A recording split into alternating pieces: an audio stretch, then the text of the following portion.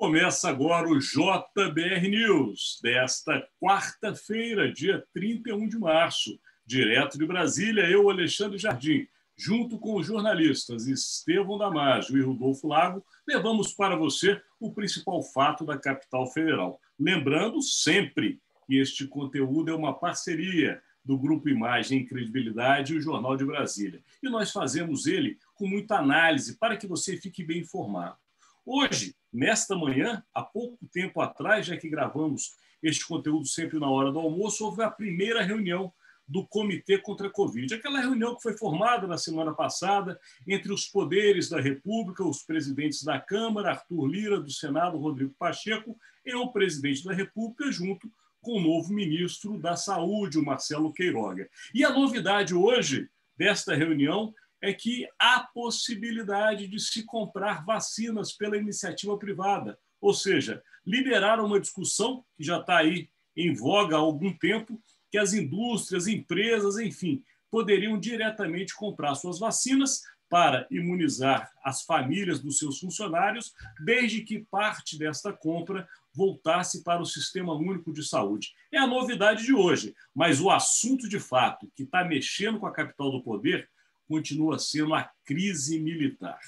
Porque, depois de ontem, aquela troca dos comandos militares, com uma série de insinuações de que o presidente teria tentado politizar as Forças Armadas, usar as Forças Armadas num projeto político até eleitoral, visando a reeleição de 2022, enfim, tudo isso foi muito mal visto. Hoje, o vice-presidente Hamilton Mourão já veio com declarações fortes, os comandantes não foram escolhidos, enfim, muita história rolando, e a gente vai até ele, que é Estevão Damasio, que está acompanhando de perto, para explicar um pouquinho do que é a consequência desta crise militar em Brasília. Está contigo, Estevão.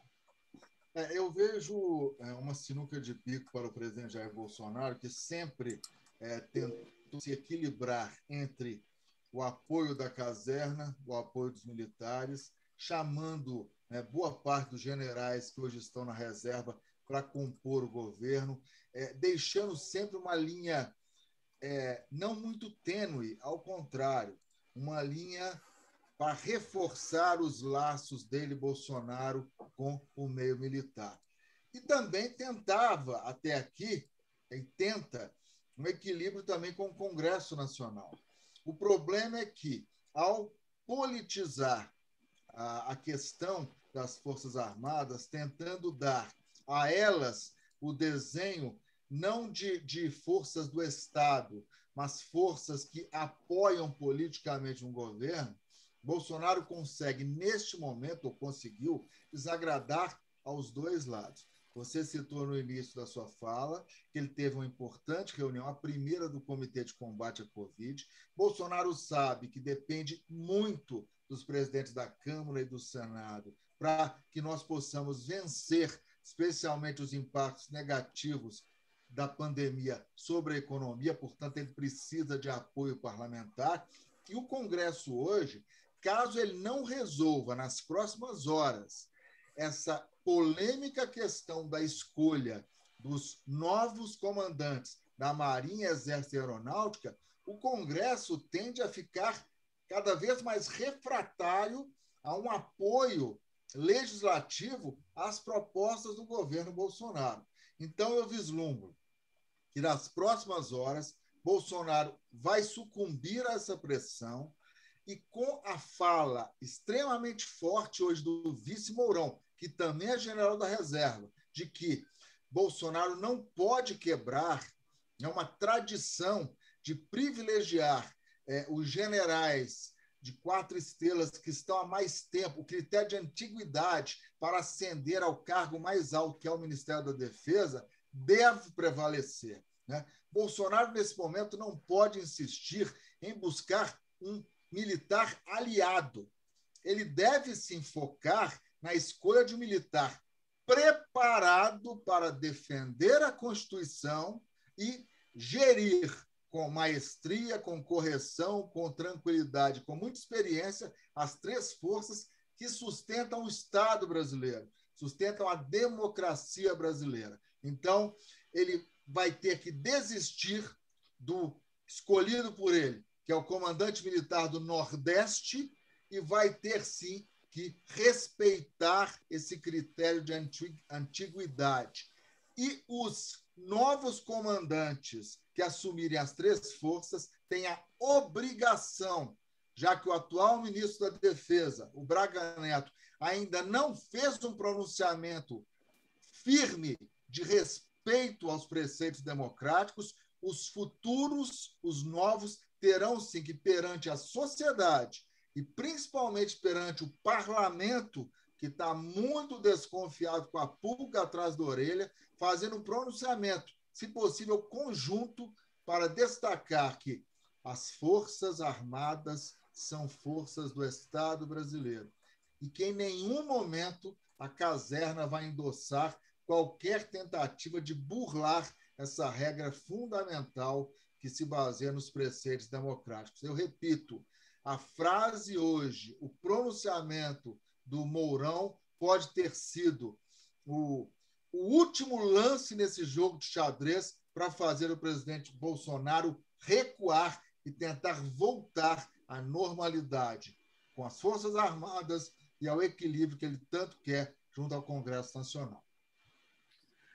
Rodolfo Lago, diante do que disse Estevão Damasio, com muita precisão, inclusive, a gente vê claramente aqui em Brasília a, pelo menos, tentativa por parte do presidente desse uso político das Forças Armadas e, como disse, inclusive, o Estevão, lembrando a fala do vice-presidente Hamilton Mourão, que representa essa ala, vamos dizer assim, mais antiga, né, do Exército e que não quer se envolver diretamente nessa politização, uma briga.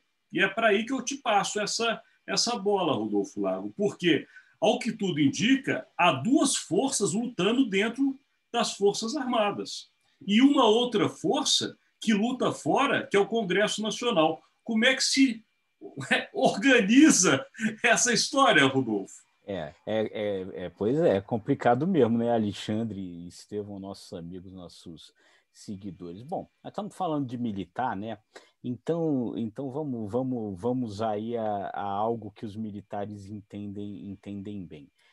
Quando você está numa guerra, você ultrapassar determinadas linhas é uma decisão muito complicada, uma decisão muito perigosa que tem que ser pesada muito bem, né? Vamos lembrar que na Primeira Guerra Mundial, França e Alemanha ficaram anos definindo em que momento eles iam ultrapassar determinada linha na guerra lá entre os dois países, né? Quando a Alemanha ousou atravessar, se deu mal e acabou perdendo a Primeira Guerra Mundial. O Bolsonaro pode ter ultrapassado uma linha perigosa, Alexandre e Estevão, porque ele pode ter ultrapassado a linha que vai da onde vai a autoridade dele para talvez a fanfarronice. Porque o que aconteceu, né? Primeiro você tem aí a demissão dos 3 comandantes militares, que é uma coisa nunca vista, os 3 serem demitidos ao mesmo tempo. Então agora o novo ministro da Defesa, general Braga Neto, ele tem a tarefa de ter que substituir os 3 comandantes militares ao mesmo tempo, o que já não seria fácil em qualquer situação. E aí o que acontece, né? Pelas informações que se tem desde ontem, o Bolsonaro aparentemente não tem ali na alta cúpula militar, nos postos aí que seriam naturalmente os nomes, né, que pudessem vir a ser escolhidos, fiéis bolsonaristas, para fazer exatamente o que ele desejava, que era politizar as Forças Armadas ou tornar essas Forças Armadas mais fiéis a ele. E aí, então, ele fica numa tremenda sinuca de bico, ele fica numa bananosa, né? O nome que ele queria para o Exército, né, o comandante do Nordeste, como bem disse o Estevão, que é o general Marco Antônio Freire Gomes, para ele assumir, ele teria que aposentar uma penca de generais que estão acima dele na hierarquia. E ali o Exército não aceita isso. O general Mourão hoje disse, não, tem que respeitar a antiguidade, tem que respeitar a hierarquia. Das três forças, parece que a Marinha, pelas informações aí que se tem, seria hoje a mais refratária. E aí parece que ele teria uma dificuldade enorme de encontrar um almirante para assumir o comando da Marinha nessas circunstâncias. Então, teve murro na mesa ontem, né? Ontem teve murro na mesa. O almirante, que é tido como... tem uma fleuma no convívio diário, né? Então, amigo, talvez o Bolsonaro tenha saído da trincheira ali, né, para usar um cenário da Primeira Guerra Mundial, e agora que ele já avançou ali uns 500, 600 metros, ele está levando tiro cruzado e não dá para virar as costas e voltar para trás, entendeu? Então, ele pode ter ultrapassado uma linha muito perigosa nesse momento. Então, é uma coisa para a gente observar. Você falou algo assim também muito, muito importante, porque, de fato, ele tem hoje o que a gente brinca no ditado popular, ele está entre a cruz e a caldeirinha, se pode se dizer assim. Porque, de um lado, um Congresso Nacional que não é fácil de lidar, são os profissionais da política que estão colocando justamente a fatura na mesa para poder dar esse apoio, e, do outro lado, os militares, que são tão fortes e importantes para a nação, mas que não se deixam ser usados politicamente. Portanto, o presidente fica acuado entre o poder político e o poder militar, numa eleição que está próxima de chegar. Vamos observar. A aposta está naquele momento. Então, vamos voltar a Estevão Damasio para que ele faça a sua. Qual a sua aposta de hoje, Estevão? Eu já a externei, de certa forma, no comentário que fiz. Eu aposto que o Bolsonaro vai ter que dar uma recuada, né? Ele vai sucumbir às pressões tão enormes, porque, infelizmente, ele fez dos cargos de comandante das três forças algo que era tão sonhado, né? Um mérito, passou nesse momento a ser um fardo, porque quem assumir vai ter que lutar contra a peste de bolsonarista. Olha que absurdo, né? É um absurdo, é uma situação absurda. Mas hoje, para o comandante militar do Nordeste, é melhor ele ficar nesse posto, porque o que ele sonhava pode ser um fardo para ele, uma mancha na própria carreira dele. Disse tudo. Vamos lá. Rodolfo Lago, sua aposta de hoje. Olha, também aposto que vai acabar tendo que haver um recuo diante dessa situação toda, né? Lembrar que depois do dia 31 de março vem o dia 1º de abril. Opa! O dia da mentira! Muito bem lembrado, Rodolfo Lago. Mas a gente que não fala mentira, temos que levar uma boa informação. E eu vou usar este momento aposta para anunciar. O governo acabou de falar que no dia 6 de abril, finalmente, será pago o auxílio emergencial. Opa! Quantas famílias brasileiras estão aí em desespero e precisando urgentemente. Portanto, a semana inicia dia 6 de abril, próxima terça-feira, já com dinheirinho na conta. O brasileiro já pode se preparar. Essa é a boa notícia para a gente encerrar esse conteúdo de hoje.